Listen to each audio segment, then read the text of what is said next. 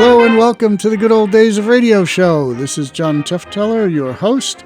We're doing a series of special broadcasts with special guest, Mr. Keith Scott, Australia's man of 1,000 voices.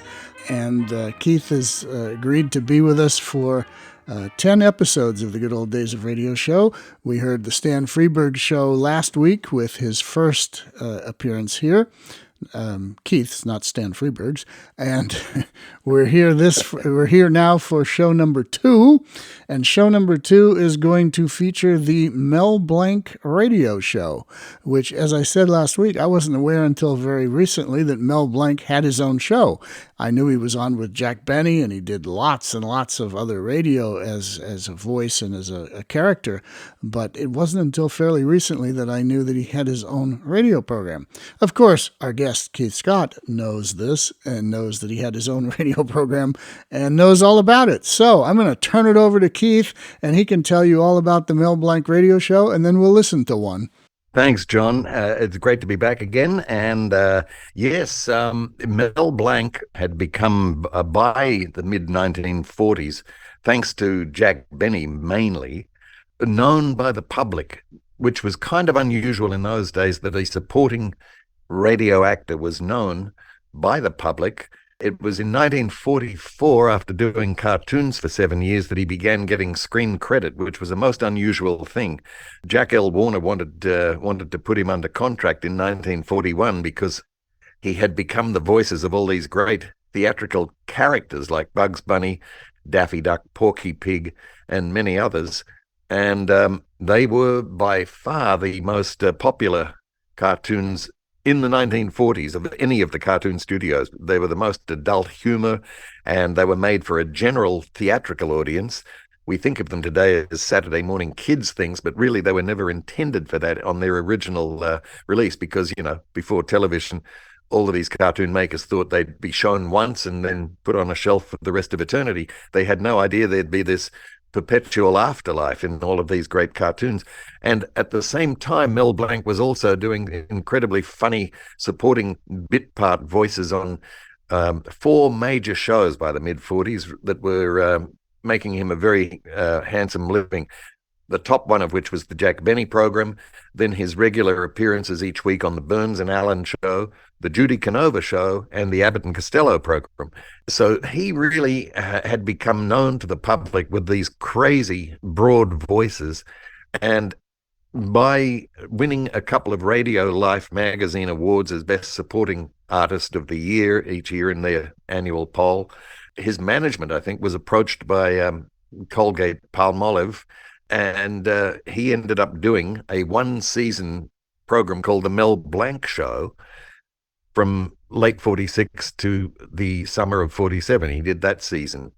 To be honest, it's a fascinating show to listen to with all of the crazy acting and voices, but the consensus was that he really was more effective as a supporting actor rather than as a lead, because the actual character that he plays, which is called Mel Blanc, is just a kind of a nebbish guy who runs a fix-it shop, but he gets a chance to show off all of his crazy voices with the weird and wonderful situations that he gets in.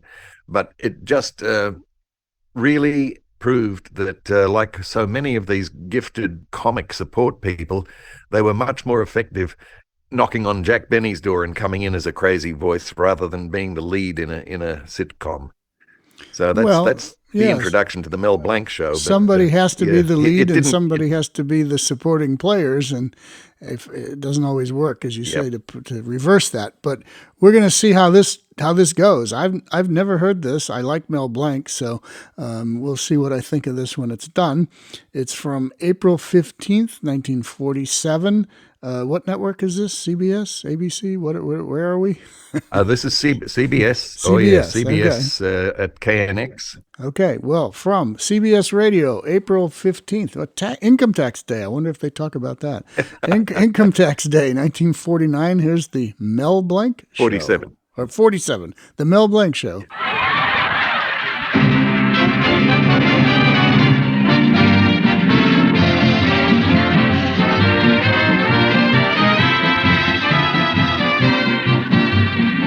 From Hollywood Mel Blanc Show, written by Mac Benoff, with Mary Jane Croft, Joe Kearns, Hans Conried, Alan Reed, Elvia Allman, the sportsman, Victor Miller and his orchestra, and starring the creator of the voice of Bugs Bunny. What's up, Doc? Yes, Colgate tooth powder for a breath that's sweet and teeth that sparkle brings you the Mel Blanc Show, with Mel playing his new character, Zookie. Hello, everybody. Hi. And starring himself in person, Mel Blanc. Hi, folks. Ugga, ugga, boo, ugga, boo, boo, ugga.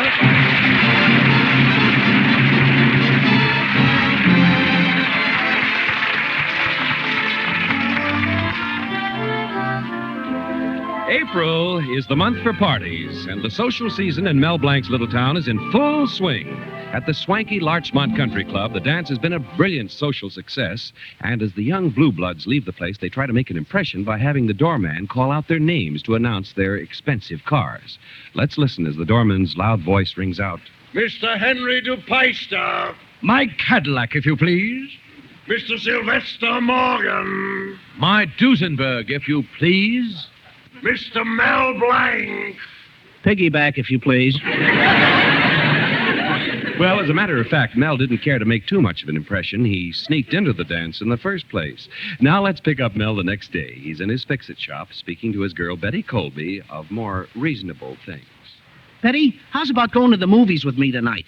We can sit in a balcony, and I guarantee we'll have a lot of fun. Mel, how can you guarantee it? I unscrewed the bulb out of the usher's flashlight.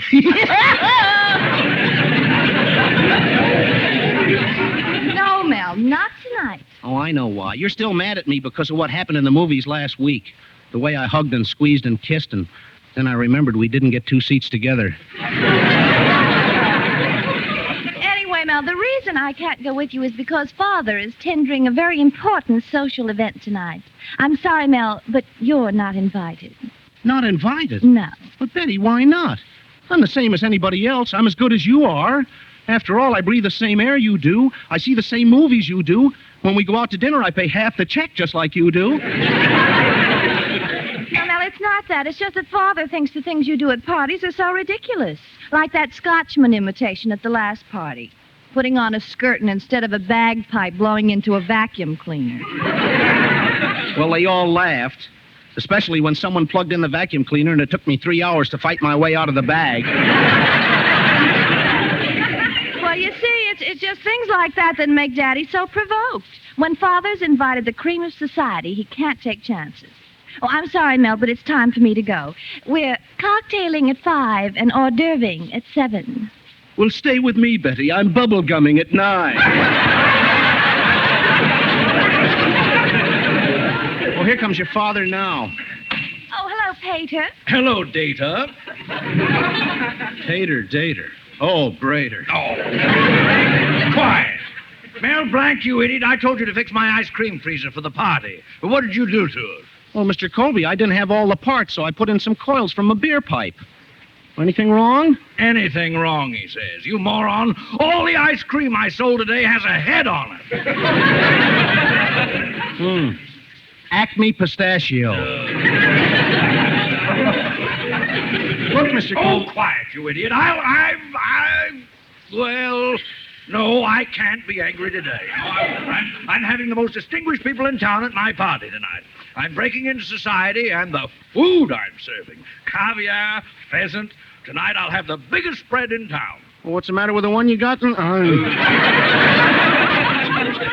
Why can't I come to your party, Mr. Colby? Because I'm inviting the cream of society, and you have no family background.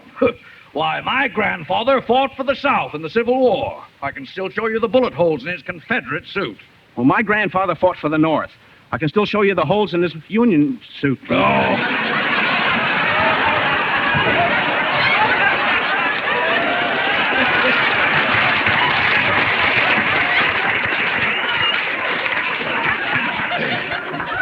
You and your corny jokes. I do me. No, Mel, you disgrace me. Not only are you barred from the party, but you're never going to marry my daughter, Betty. No woman should be allowed to bring idiots into the world. Well, Mr. Colby, where would you be if your mother felt that way? Mel Blanc! If you come around tonight, I'll break every bone in your body. Come along, Betty. So long, Mel. So long, Betty. Betty. I wouldn't go to their old party if they got down on their knees and begged me. I wouldn't go for $1 million. Not me. Oh, Mel? Yes, Mr. Colby? Tell Zuki to come right over. He's going to be my butler tonight. Oh. Anything else you want to tell me, Mr. Colby? No, what more can I say to an idiot like you? Tried to talk me into coming to his party. Well, I'm through with him and his daughter. In fact, I'm through with all women. I'll never look at another woman again. Never have anything to do with women. When I have children, I'll bring them up the same way. If I could only crash that party, I'd show Mr. Colby's cream of society that I'm just as creamy as they are. Hello, Mel. Oh, Professor Potchnick, my favorite music teacher. Where are you coming from? Oh, I was giving piano lessons to little Bobby down the block. You know, I wish he'd wash his hands before taking a lesson. Why? He has the only piano in town with all black keys. Oh, does that Bobby play a slobby knobby? By the way, Mel, what are you wearing to Mr. Colby's party tonight? Nothing. Mel, isn't that a little daring? Oh, no, Professor. I'm not going at all. Mr. Colby didn't invite me. The only reason I'm invited is because my pupil, Mrs. Grimes, is singing there. And when Banker Grimes hears her, I'll lose my pupil. Oh, is she terrible? Sounds like a hog caller, huh? Hog caller? Mel, on a clear day, she can call the bacon out of a club sandwich 3 miles away.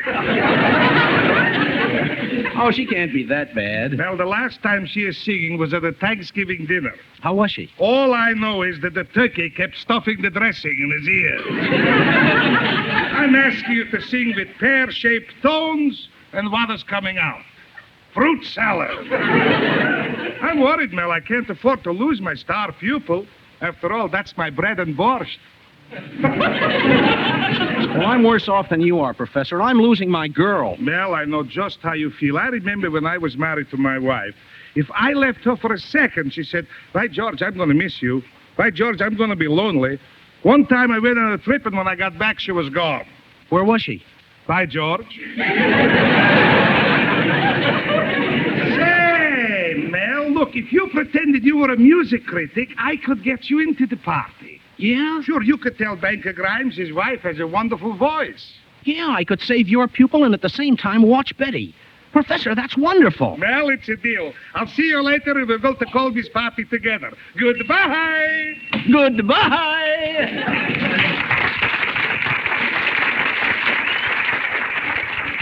Oh, am I going to get even with Colby? I'll crash that party and be a social lion. Hey, wait a minute. I can't go. Mr. Colby will recognize my voice. 1 minute, cream of society. Next minute, buttermilk.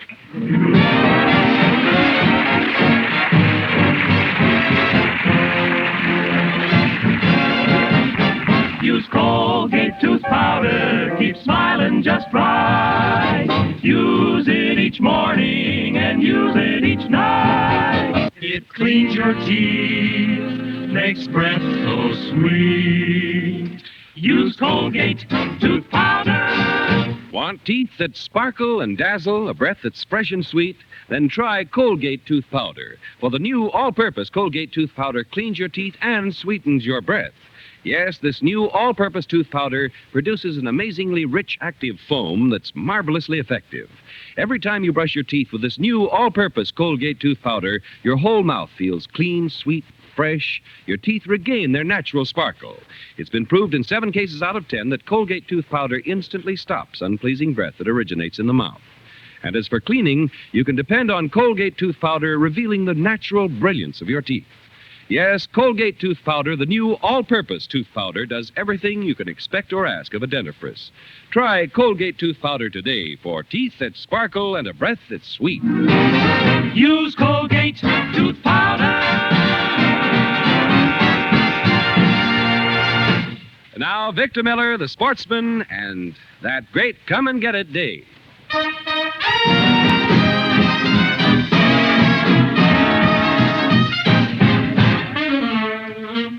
What do you know? There's a great day coming mañana. Tiddly-yada. Big as life, that day is coming soon.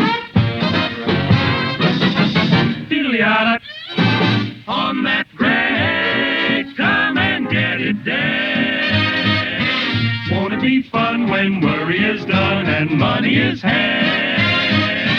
That's the time things will come your way. On that great, great come and get it day. I'll get my gal. Gonna get his gal. That calico gal. Calico gal. I'll get my mule. Gonna get his mule. That acre of ground. Acre of ground, cause word has come from Gabriel's horn. The earth beneath your plow is a button, and now it's yourn. It's yourn. Glory time's coming for to stay. On that great, great come and get it day.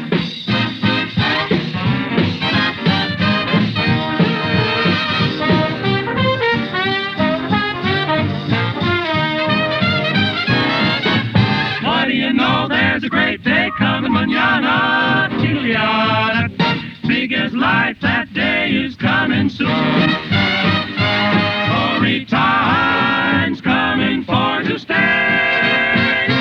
On that great, great, come and get it, and keep it, and share it. Great, great, come and get it there. Chiliana.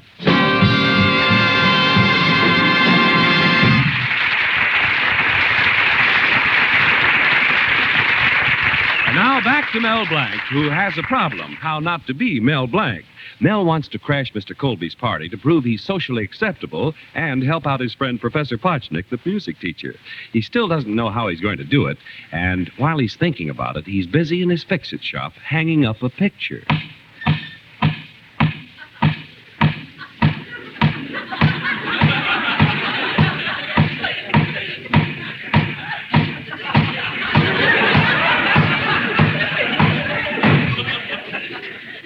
Long nail.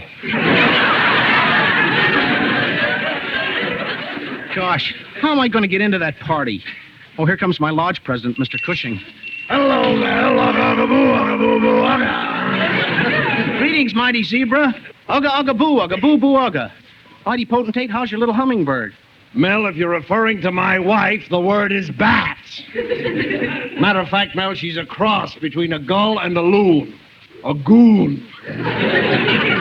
No, it's not fair of me to say that. She's really a bat. Mighty potentate, why do you say bat? A bat hangs by its toenails from the rafters. Mel, have you ever seen the scratch marks on our curtain rods? Well, if your wife looks like that, how did you ever get hitched? Hung is the word. You know, Mel, I wish I'd listened to my father when I got married. He said, John, don't rush, don't hurry. There are plenty of fish in the ocean. But I married my wife anyway. How happy I could have been with a mackerel. Was there much of a wedding ceremony? Yes, there was, Mel, a beautiful one. But, Mel, I should have known there was something wrong when that choir sang, "Here comes the groom, dragged to his doom. Here comes the bride, riding on her broom." You sound pretty disgusted, mighty potentate. Yesterday, my wife and I were in the car, and I couldn't get it started. My wife just sat there barking at me. "John, give it gas. Choke it, John. Choke the old rattle trap." Gad, what a temptation.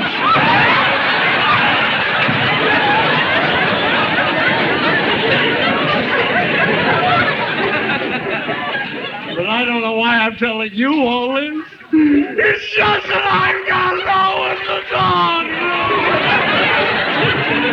Mighty potentate, I've got troubles of my own. I thought I'd be able to crash Mr. Colby's society party as a music critic. But I can't because he'll recognize my voice. Well, Mel, why use your own voice? Just put on a long cape and a beard and pretend that you're an Italian impresario, a foreigner. Hey, that's a great idea, mighty potentate. What made you think of me becoming a foreigner? Mel, ever since I've been married, I've been trying to get myself deported. Well, good luck, Mel. I gotta be going now. Where are you going, mighty potentate? Well, Mel, I can do one of two things. I can go to the movies and see Stallion Road, or I can go home and look at the old gray mare I married. Come on, Mel.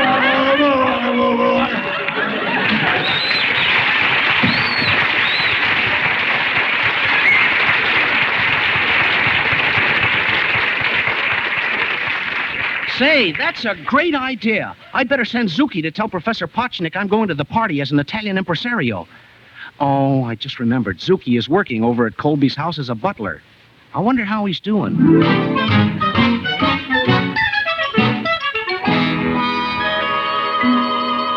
Yes, but Zuki, the guests haven't even arrived yet, and the punch bowl is completely empty. What happened to it? Well, you see, it the maid, the cat, the dog,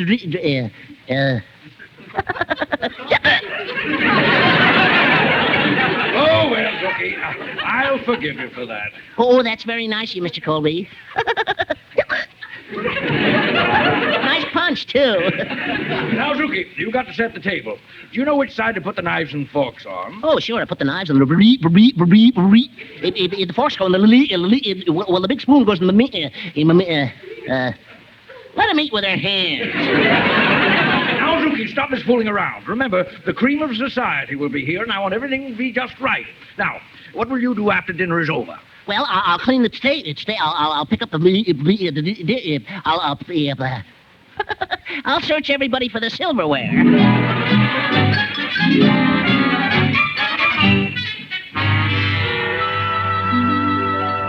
Well, Mel, here we are at Colby's house. You look wonderful in that cape and beard. Are you nervous? Of course not. But just don't light any cigarettes near my beard.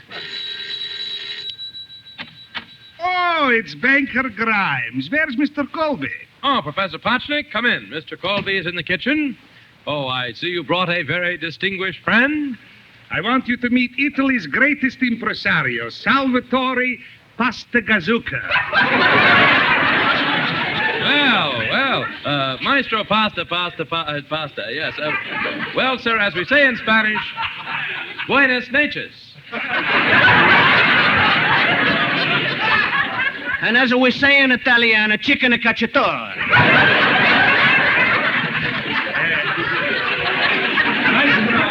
Maestro Pastagazuka has come to hear your wife sing. Yes, I'm a great singer myself. Listen. Oh, sola miola, oh, sola you all. Oh, Sola, you all? Yeah, I come from South Italy. Oh, how I hated to leave Italy with all of my bambinos. Do you have many children? 32. Allegretta, Glissando, Andante. Well, why did you name your children after musical terms? Because every time I look around, there's a new composition. Now, there's my little one. Never opens his mouth. I call him a pianissimo. The noisy one, fortissimo. And one is always spitting out the watermelon seeds, pizzicaro. And one we're expecting unfinished symphony. Well, tell me, is every one of them named after a musical term? All except for the oldest one. He takes care of everybody. And what is his name? Petrillo.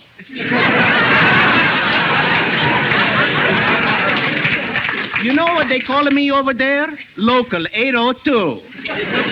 32 kids. Why did you leave Italy? I didn't want to try for 64. But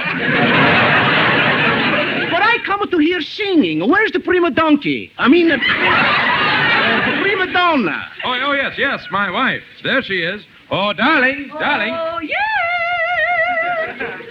Darling, yes, this is the famous Italian impresario Maestro Pastagazuka. Oh, pleased to meet you. Potchnik, let's go. Oh, how wonderful. Before I listen to you sing, Mrs. Grimes, please open the mouth. I must examine the vocal cords. Well, Maestro, what do you see? You are better looking on the inside than on the outside. Now try to warm up a little. Loosen up the diaphragm. I said loosen it. Don't throw it at me. Well, Madame Grimes, I'm ready to hear you sing. Quiet, everybody! Come on, for you, quiet! What's on? Go ahead.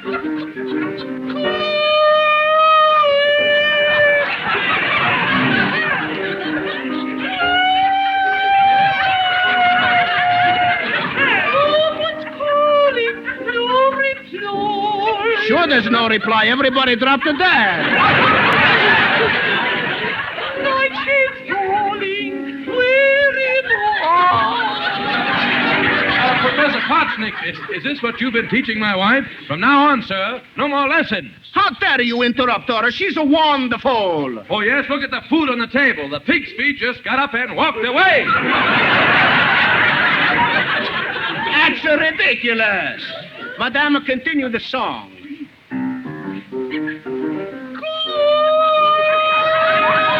Mel, get away from the glass. What's the matter? She's blowing your beard off. My beard! Oh! Why, it's Mel Blanc.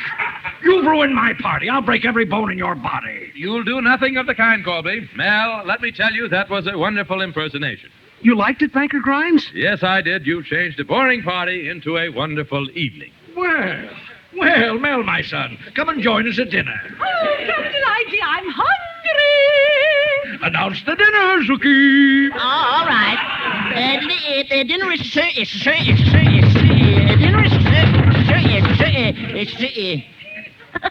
Where'd everybody go?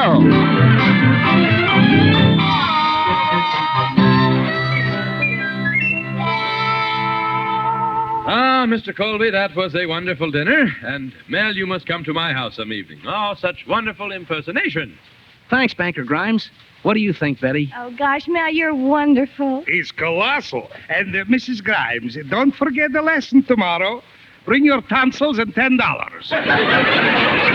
yes. And now, before we leave the party, I shall endeavor to finish my song.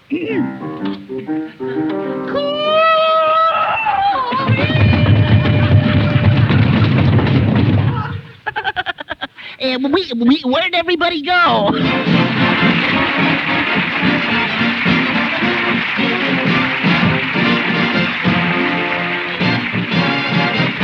Use Colgate tooth powder, keep smiling just right.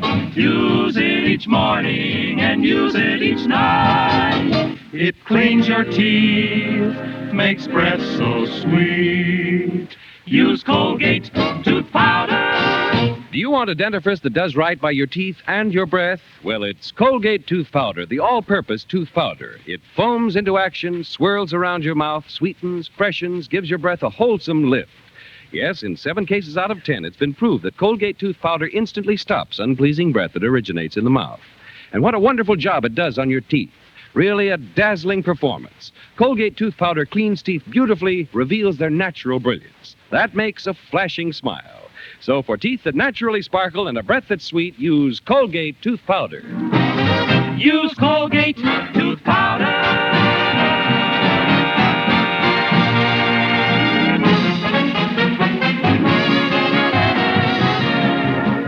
This is Bud Easton reminding you that Colgate Tooth Powder for a breath that's sweet and teeth that sparkle brings you the Mel Blanc Show every Tuesday at this time. Be sure to join us again next Tuesday night for more fun with Mel and the people you'll meet in Mel Blanc's Fix-It Shop.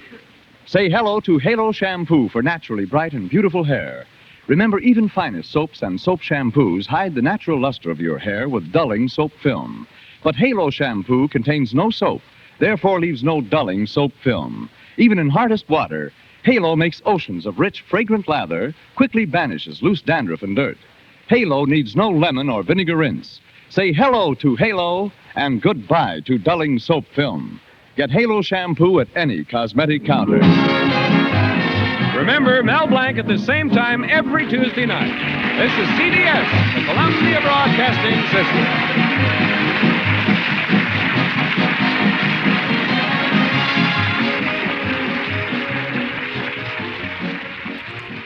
Well, Keith Scott, I think you have a point there. Mel Blanc was better on his guest appearances than he was on his own show.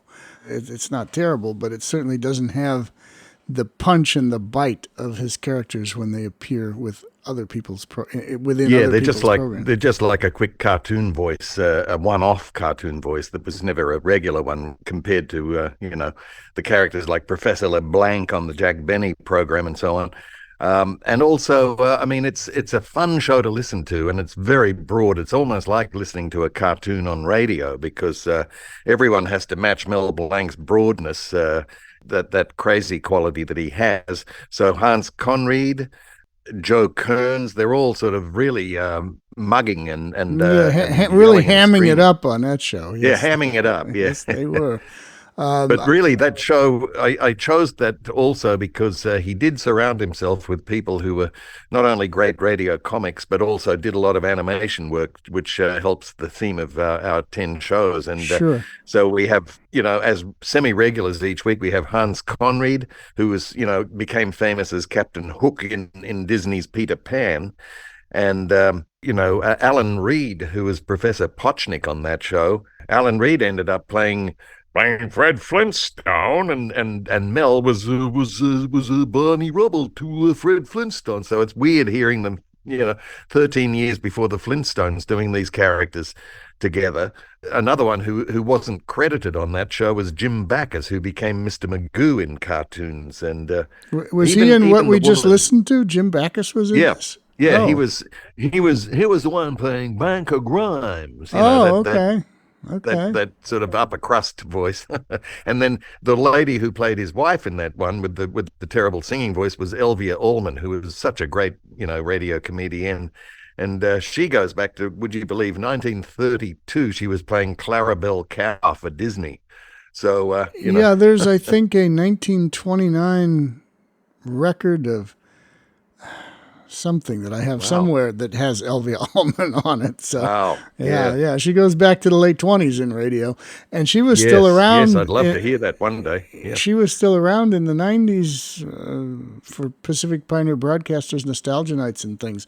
In fact, I remember our late departed and much missed friend Ken Greenwald saying that he sat next to her at several of those ones where she was in, I think they did 3 episodes of Henry Morgan for Sears Radio Theatre, and she was playing comedy parts on that. And she even said in passing, she said, "Oh, I did hundreds of cartoons," so... but she was very funny. She had a real great comedy sense, Elvia Allman.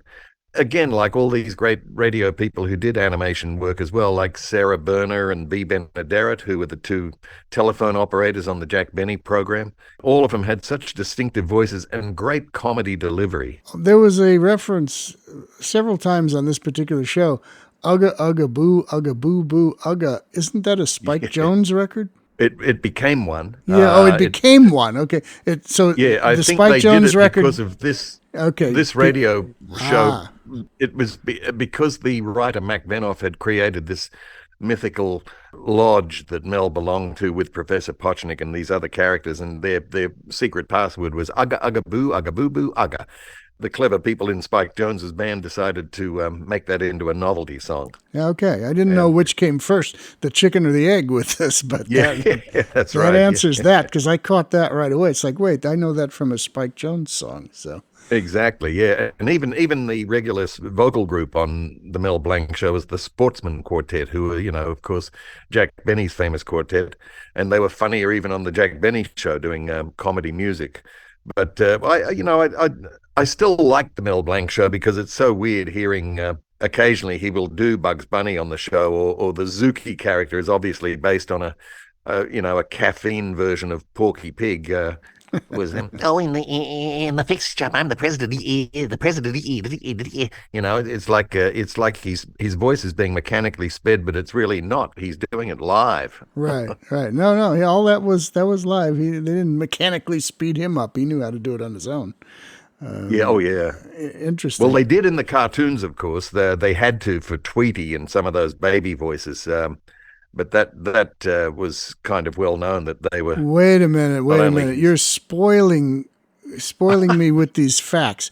Tweety Bird was sped up? Yeah, Tweety was sped, and so was Speedy Gonzales. Those 2 really high-pitched voices they sped them up a few more percentage to give it a real non-human, quality. Okay. I didn't know that. I thought Tweety Bird was real. See, just when you start believing in Santa Claus and all these things, you learn that Tweety Bird isn't even real anymore. Exactly, yeah. Okay, well, thanks for bursting that bubble.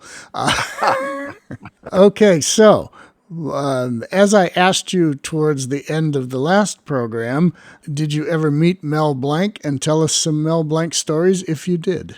I did. I met him. He was always a major hero of mine. Him and Doss Butler and June Foray and Paul Frees were the top four. Oh, and Bill Scott, who was the voice of Bullwinkle and Dudley Do-Right and all of those. Those five people were my heroes as a kid. And to get to meet these people, you know, I look back now and think, I don't know how lucky I had it, you know. And the thing is, Mel Blanc came to Australia in 1985 as a guest of a TV awards show. And the reason for that was that at that stage, I think in 84, 83, he began doing a series of on-camera commercials for American Express where he'd walk up to camera and say, "Do you know me? Maybe not, but you know this. Yeah, what's up, Jack?" And he'd do all of his voices. I think those commercials were shown around the English-speaking world. So Mel Blanc, in his older age, became world famous, you know, much to his surprise, just from these Amex commercials. And so he was brought to Australia as a novelty guest. And I was doing some TV station warm-ups in those days on some pretty high-rating programs, just to keep the studio audience amused. And the guy at the TV network took a shine to me, so he arranged for me to meet Mel Blanc at a radio station the next day. And he must have given me a bit of a plug because Mel Blanc's people let me do a couple of skits with him on air. And in one of them, I got to do Jack Benny, and Mel did his little Mexican, you know, the guy who went, "Si, su, sai." Yeah. And then in the other skit, he did Bugs Bunny, and I did Arthur Q. Bryan doing Elmer Fudd. So it was just again, totally out of the blue. Like a week before, I didn't even know Mel Blanc was coming to Australia. And 1 week later, this is in 85, I'm doing skits with the great Mel Blanc on a local radio show, and I couldn't believe it, you know. And again, he couldn't have been more gracious. And as a matter of fact, he remembered doing the Mel Blanc show. I was talking to him about it when we finished, and he said he never had copies of the show himself. So I was I was able to send Mel Blanc in those days. You know, the technology was cassettes. Right. So I sent him cassettes of the 41 episodes of the Mel Blanc show to his Pacific Palisades address. Well, that's pretty amazing that you got to meet him and under those circumstances wonderful. Got to perform with him. That must have been like a dream come true for you. It really was. It was like all of these moments I've had with meeting these people who really formed my career, you know, without knowing that they did, because of their great voice talents. I just, you know, felt compelled to imitate them and become a voice actor because these people were so strong and so good at what they did. For some reason, they took a shine to me and a guy called Corey Burton in California, who June Foray put us together because we had the same common interests when we were very young in all of these great voice artists. And he became a really successful voiceover person there in Southern California, and ended up working with a lot of the old-time radio actors in the revival that Elliot Lewis and Fletcher Markle did, the Sears and Mutual Radio Theatre. Right. I guess 1979 was when they went to air. And yes. Because I think, yes, and Hans Conried was still around because at the same time they were also trying to revive radio, and they did that sci-fi show called Alien Worlds. Right, and Hans Conried was in that. Oh, yes, yeah. Well, yeah, Mel Blanc used to come to the Pacific Pioneer Broadcasters monthly luncheons, and I would see him there. Right. And also Mel Blanc at one point became, along with Harry Von Zell and George Fenneman, and maybe a couple others, but I know those two as well, a spokesman for Home Savings Bank. And Mel would go around to the different home savings branches in Southern California and meet the banking customers and sign books or autographs or whatever. And I have a little postcard that he signed where it has pictures of Bugs Bunny and a bunch of his characters on it. And he wrote a little message on that for me when I met him at Home Savings Bank in La Mirada, California, where I was living at the time. At La Mirada? Yeah, La Mirada, California. Yeah. Now, So, were you living there at the time I met you at the Spurdvac meetings with Ken? no, This would have by been that like- point, I was living with, we had moved from La Mirada, California to Brea, California. And I was Brea, still, that's right. Brea. I was still living with my parents there. Then I got married in 1982, and we had our own house, and then eventually moved to Oregon in 1987. Is that when you moved? Because I remember Uh-huh. knowing you after you got married, and that was during that period that Ken and Dick Mullins were right in the middle of producing the New Adventures of Sherlock Holmes project with Simon and Schuster. Yes, that was the big project that we all worked on that, and you became a partner in that group for a while too. Yeah, they were great getting them up for the general public. It really, I think that was possibly one of the first examples of what we've got today of the audience who didn't grow up with radio, but the cassettes sold well enough, I think, of Sherlock Holmes because it was such an accepted literary property to start with, and also because of the marketing of Simon and Schuster. Yeah, well, we were told at the time, they used to call those things back then, they used to call them books on tape. And That's right. It started out with authors reading their books on tape, and you would take the cassette, it was a cassette at that point, and you could put it in your car, and you could listen to the author of the book read you their book. And so that's the division that the Sherlock Holmes shows were released through Simon and Schuster to be a books on tape release. And we were told after a few years of it being out there that our Sherlock Holmes releases were the second largest or biggest selling books on tape that they had, and that the only thing that eclipsed us or the Sherlock Holmes series was Star Wars. Wow. Yeah. So we made a lot of money for Simon and Schuster, and we got a reasonable portion of it as well. And then it all kind of faded away, which is It faded fairly quickly. But the status of it now is Simon and Schuster still technically own the rights to issue those programs, but they don't. Wow. They're just languished, or they've sublet them to Radio Spirits or whatever they've done. They've done something. In any case, the moment has passed, so to speak. And should we come up with more original Sherlock Holmes radio programs, which doesn't seem likely at this point, but I wouldn't think that they would anywhere near have the impact that they did back in the 1980s and 90s when they were promoted heavily by Simon and Schuster. And it'd be also different today. It'd be on the internet and marketed totally differently. Yeah, the world has moved on, but we're still here. Yep. And doing all this old-fashioned stuff like we're doing here. All right. Well, was that your only meeting with Mel Blanc that one time? I met him a few times on some of my various trips to Los Angeles, but it was never as momentous as that one in Australia. Well, of course, because performing as Jack Benny alongside what was that? What was the character's name? I don't know if they had Cy Sue. It was just a nameless Mexican guy that he kept bumping into. Yeah, there was no name, and then again, would they be able to do that today, or would you get all kinds of complaints from Mexican-American rights groups saying, well, it's not a real Mexican doing that voice, and it's making fun of them? I know, it's so annoying. And you sometimes think, that it's only the activists who are responsible for all of this, because they tried to stop Mel Blanc's Speedy Gonzales character. And finally, the truth came out when they interviewed a lot of just man-in-the-street American Mexicans who loved Speedy Gonzales cartoons. Of course. So, of course, they did. Well, they weren't made with any malice at all. They were just affectionate, funny little parodies of a Mexican mouse outwitting the dopey Sylvester. And yet we've degenerated so far now in this weird culture wars and all this crazy stuff that you just couldn't do it now, and it's so sad. It is very sad. And also the other thing is, I wonder if the radio actors that we celebrate on these shows would even be allowed now to do all the various accents that they listed in the radio artists' casting books, because there's this new age thing now, which seems to be current. You can only get a particular national to do a particular national anymore. So the art of learning all these accents and dialects is appearing to be fallen by the wayside because you're not allowed to do them. Yeah, well, you're being forced not to do them, actually. Yeah.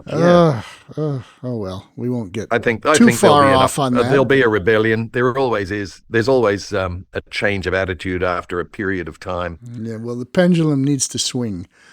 It does. Trouble is, I wonder if we'll be around when the pendulum swings the way we want it to. Yeah, it'll swing and knock us over is what'll happen. Yeah, exactly. All right. Well, that was fun. Keith Scott, our guest on the Good Old Days of Radio show.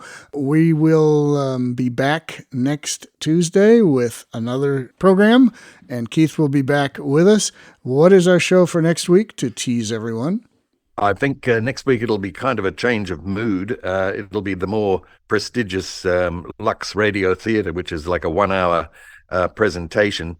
And the most, still, I think even today, the most monumental achievement in animation history was the release of Disney's Snow White and the Seven Dwarfs. Okay. And we're going to hear a Lux treatment of that on the day after Christmas of 1938.